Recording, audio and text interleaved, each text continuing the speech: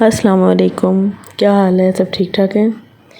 آج کا جو میرا ولاگ ہے وہ ہے نمازوں کا ثواب، کہ ہمیں نماز پڑھنے کا کتنا ثواب ہے اور اذان دینے کا کتنا ثواب ہے۔ تو چلیں شروع کرتے ہیں آج کا ولاگ۔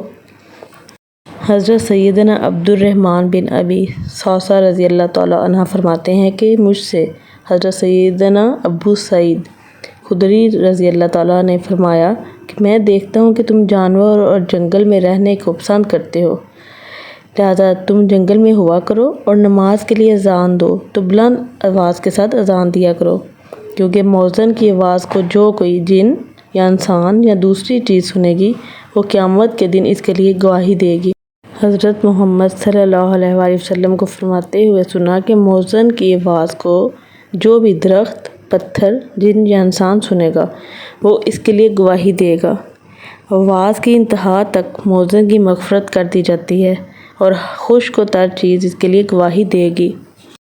تو اگر لوگ جان لیں کہ اذان اور پہلی صف میں کیا ہے، اس سے مطلب یہ کہ لوگ جب اذان اور صف اول کے ثواب کو جان لیں گے تو ہر ایک یہی چاہے گا اسے اذان کا موقع دیا جائے۔ تو ایسی صورت میں نازا ختم کرنے کے لیے قرآن اندازی کا طریقہ اختیار کرنا پڑے گا، مگر افسوس کہ لوگ ان دونوں اعمال کے ثواب اور ان کی فضیلت سے لا علم ہیں، وہ جانتے ہی نہیں کہ اس کا کتنا ثواب ہے۔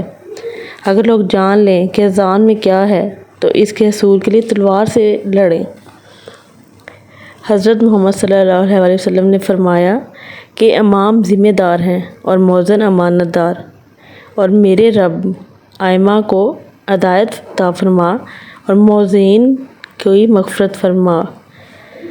حضرت محمد صلی اللہ علیہ وسلم نے فرمایا قیامت کے دن مؤذنین لوگوں میں سب سے لمبی گردنوں والے ہوں گے۔ لمبی گردنوں سے مراد کیا ہے؟ اس سے مراد یہ ہے کہ ایک قول کے مطابق قیامت کے دن سب سے زیادہ عمل والے لوگ مؤذنین ہوں گے، اور ایک قول یہ ہے کہ مؤذنین کی گردنیں حقیقتاً لمبی ہوں گی، کیونکہ قیامت کے دن لوگ تعداد میں کثیر اور پریشان حال ہوں گے۔ کوئی پسینہ میں منہ تک ڈوبا ہوا ہوگا، اور کسی کا پسینہ کانوں کی لو تک پہنچتا ہوگا، اور کسی کا پسینہ سر سے بلند ہو جائے گا، جبکہ مؤذنین اس دن لوگوں میں سب سے لمبی گردنوں والے ہوں گے اور ان کے سر دیگر لوگوں سے بلند ہوں گے، اور وہ جنت میں داخلہ کی اجازت کے منتظر ہوں گے۔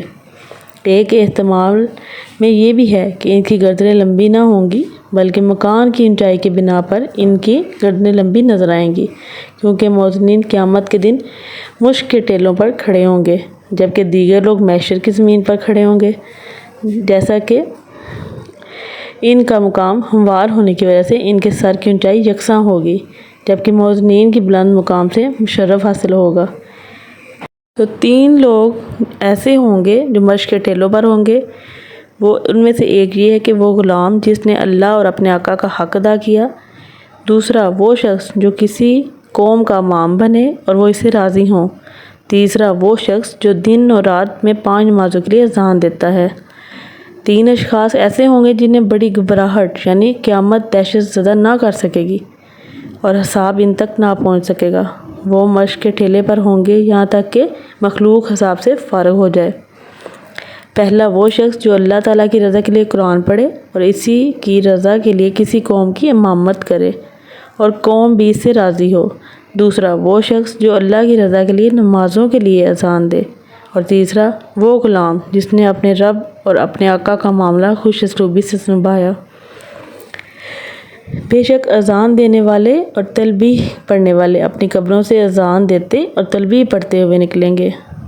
جب شیطان اذان کی آواز سنتا ہے، روحا کے مقام تک دور ہٹ جاتا ہے، اور روحا کدھر ہے؟ روحا مدینہ منورہ سے 32 کلومیٹر کے فاصلے پر ہے، یعنی کہ اتنا زیادہ 32 میل کے فاصلے پر روحا ہے، تو اتنی دور شیطان بھاگ جاتا ہے جب اذان کی آواز سنتا ہے۔ تو وہ اذان اور اقامت کے درمیان اللہ سے اپنی پسندیدہ شے کی تمنا کرتا ہے۔ کون کرتا ہے؟ انسان۔ ثواب کی امید پر اذان دینے والا کہ مجھے ثواب ملے گا، نہ کہ وہ لالچ کرے کہ مجھے پیسے ملیں گے میں اس لیے اذان دوں، صرف ثواب کی نیت سے اذان دے۔ ثواب کی امید پر اذان دینے والا مؤذن اپنے خون سے لڑتھڑے ہوئے شہید کی طرح ہے، یعنی کہ وہ شہادت کی موت پائے گا۔ جناب صادق امین صلی اللہ علیہ وآلہ وسلم نے فرمایا کہ جب کسی بستی میں اذان دی جاتی ہے تو اللہ اس دن اس بستی کو اپنے عذاب سے امان فرماتا ہے۔ جس قوم میں صبح کو اذان دی جاتی ہے وہ شام تک اللہ کی امان میں ہوتی ہے، اور جس قوم میں شام کو اذان دی جاتی ہے وہ صبح تک اللہ کی امان میں ہوتی ہے۔ تو دیکھیے کتنا ثواب ہے اذان سننے کا اور اذان دینے کا، جو ہم جانتے ہی نہیں شاید۔ وہ دوران سفر ایک شخص کو اللہ اکبر کہتے ہوئے سنا تو فرمایا، کس نے فرمایا؟ نبی پاک علیہ السلام نے، کہ فطرت کے مطابق ہے۔ سوچا کہ اذان دے رہا ہے، فطرت کے مطابق ہوگی۔ پھر اس شخص نے اشہد ان لا الہ الا اللہ کہا تو فرمایا یہ جہنم سے محفوظ کہے گا، یعنی کہ یہ جہنم سے محفوظ ہو جائے گا آدمی۔ پھر لوگ اس شخص کی طرف دوڑتے تو دیکھا کہ وہ ایک چراغا تھا جو نماز کا وقت ہونے پر کھڑے ہو کر اذان دے رہا تھا۔